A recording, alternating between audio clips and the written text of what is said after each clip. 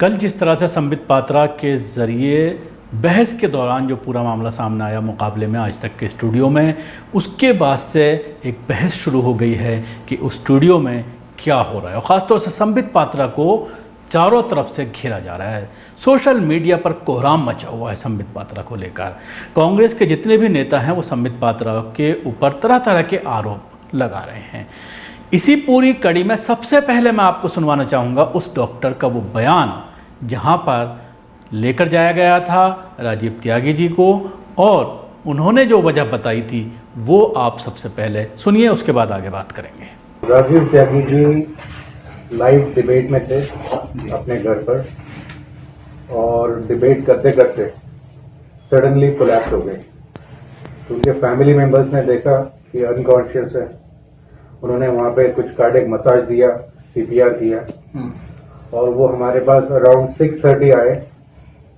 तो जब हमारे पास आए तो अनकॉन्शियस थे, अनरिस्पॉन्सिव थे, ब्लड प्रेशर और पल्स नहीं था। ये इनको सडन कार्डियक अरेस्ट हुआ होगा। सडन कार्डियक अरेस्ट में ये होता है कि हार्ट अटैक होता है, जिसको मेडिकल लैंग्वेज में मायोकार्डियल इंफार्क्शन कहते हैं, मैसिव हार्ट अटैक कहते हैं। उस वजह से इनकी डेथ हुई। तो सुना आपने डॉक्टर साहब का क्या कहना था कि बहस के दौरान उन्होंने टेस्ट लिया और उसके बाद वहीं पर ही जो है उनको अटैक पड़ा है। इस पूरे मामले को लेकर संबित पात्रा जिस तरह से पहले भी कई बार सुर्खियों में आ चुके हैं, जिस तरह से वो आक्रामक होते हैं और लोगों को जिस तरह से एक तरह तरह के आरोप लगाते हैं, देशभक्ति को लेकर जिस तरह के नारे उनके ज़रिए लगाए जाते हैं, और ऐसे बेसलेस बातें संबित पात्रा के ज़रिए सामने आती हैं जिनका अक्सर सोशल मीडिया में मजाक उड़ता हुआ नज़र आता है। अब मैं आपको सुनवाता हूं दो कांग्रेस के जो वरिष्ठ नेता हैं, अखिलेश प्रताप सिंह जिनका ताल्लुक उत्तर प्रदेश से है, और दूसरे गौरव वल्लभ, इन दोनों का वीडियो किस तरह से ये संबित पात्रा को घेरने की कोशिश कर रहे हैं।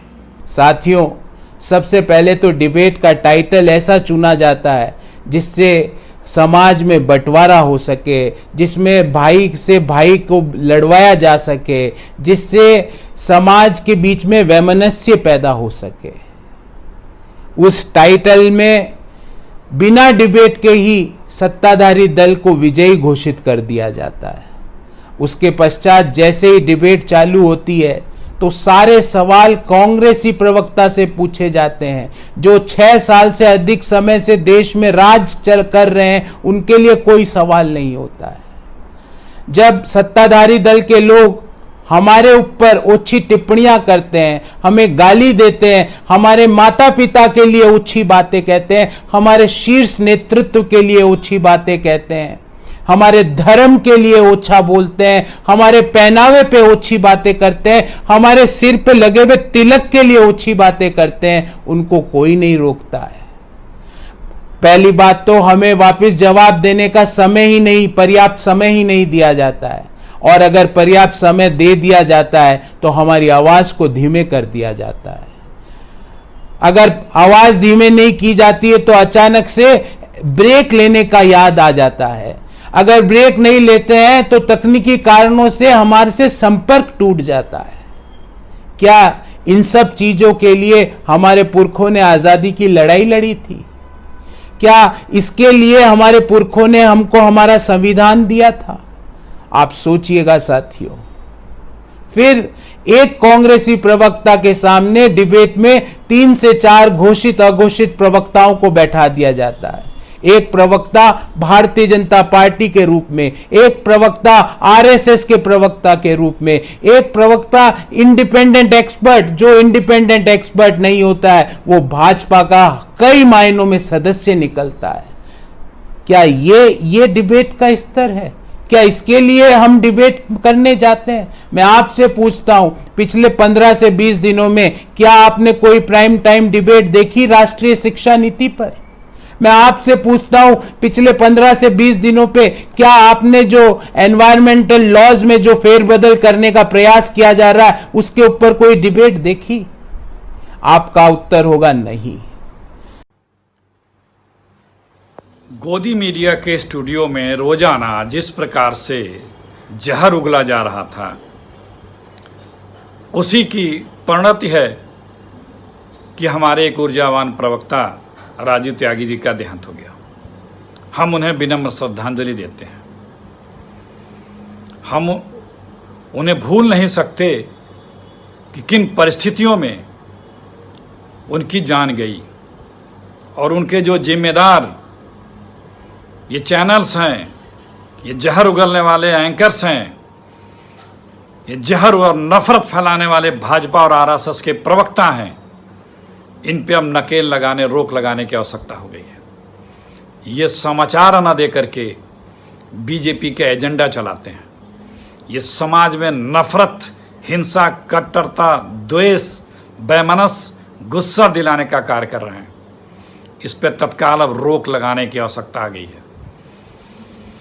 सारे जो मीडिया हाउसेस के मालिकान हैं, उन्हें भी इस पे तत्काल कदम उठाते हुए इस तरह की जो कृत्य उनके मीडिया हाउसेज में हो रहे हैं, जो बहस हो रहे हैं, उन पे रोक लगावें, और ऐसे जहर उगलने वाले जो एंकर्स हैं उनको भी इस मीडिया हाउस से अपने कार्यक्रमों से दूर रखें। काफ़ी वक्त से हम ये बात बार बार उठा रहे हैं कि जिस तरह से स्टूडियो के अंदर बहस होती है, जिस तरह के शोज़ होते हैं, वो पूरी तरह से जग जाहिर हैं, और आम आदमी भी, छोटा सा भी, थोड़ी सी भी सेंस रखने वाला व्यक्ति भी ये बता सकता है कि किस तरह से इनको प्लान किया जाता है स्टूडियो के अंदर।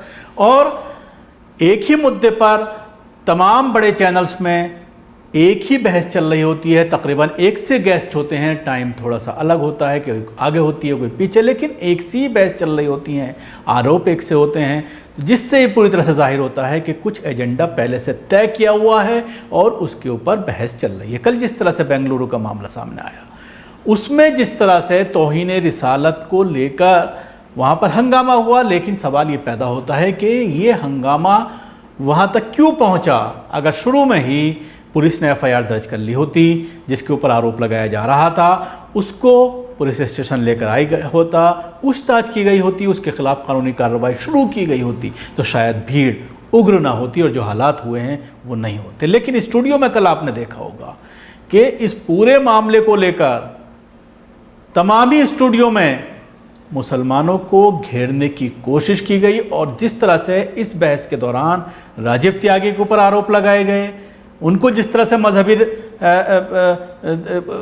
तरीके से उसको घेरने की कोशिश की गई कि आपने तिलक नहीं लगाया हुआ है, और जिस तरह की चीज़ें उनके ऊपर आरोप लगाए गए, उसके बाद जिस तरह से लाइव डिबेट के अंदर देखा गया कि वो अपने सीने पर हाथ रखते हैं, अपने दिल पर हाथ रखते हैं, और उसके बाद ऐसा लगता है कि उनके पेन हो रहा है, कुछ अनईजी सा फील कर रहे हैं, और उसके बाद पूरी घटना सबको मालूम है कि क्या हुआ, और उसके बाद हॉस्पिटल में जिस तरह से उनको मृत घोषित किया गया, उसको लेकर एक नई बहस ज़रूर शुरू हुई है। लेकिन देखने वाली बात होगी कि क्या ये सिर्फ बहस तक रह जाएगा या इस पर कोई एक्शन लिया जाएगा, पुलिस केस किया जाएगा, पुलिस क्या कार्रवाई करती है। जिस तरह से उत्तर प्रदेश का मामला है, उत्तर प्रदेश में आज तक का स्टूडियो है जहाँ पर ये घटना घटी है, सरकार योगी आदित्यनाथ की है, बीजेपी की है, तो क्या पुलिस कोई एक्शन लेगी या इसी तरह से शोज़ जो हैं वो जारी रहेंगे। The show must go on, इसी तरह से आगे चलता रहेगा। शुक्रिया। आपको हमारा प्रोग्राम कैसा लगा ज़रूर बताएं। हमारे यूट्यूब चैनल को सब्सक्राइब करना ना भूलें, इसके साथ ही बेल आइकन ज़रूर दबाएं।